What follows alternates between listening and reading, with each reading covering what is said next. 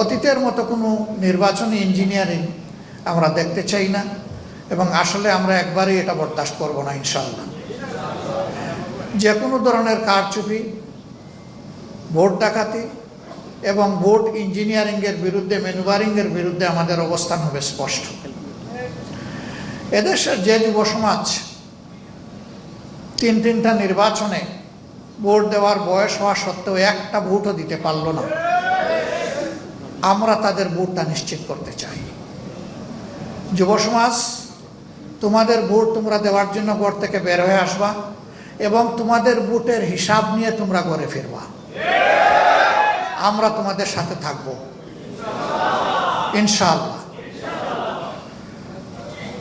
আজকে এই প্রত্যাশার আমাদের যে ঐক্যটি, সেই ঐক্য গঠনে বিভিন্নভাবে অনেকের বিশাল অবদান আছে। আমরা তাদের সকলের অবদানকে অত্যন্ত শ্রদ্ধার সাথে স্মরণ করি।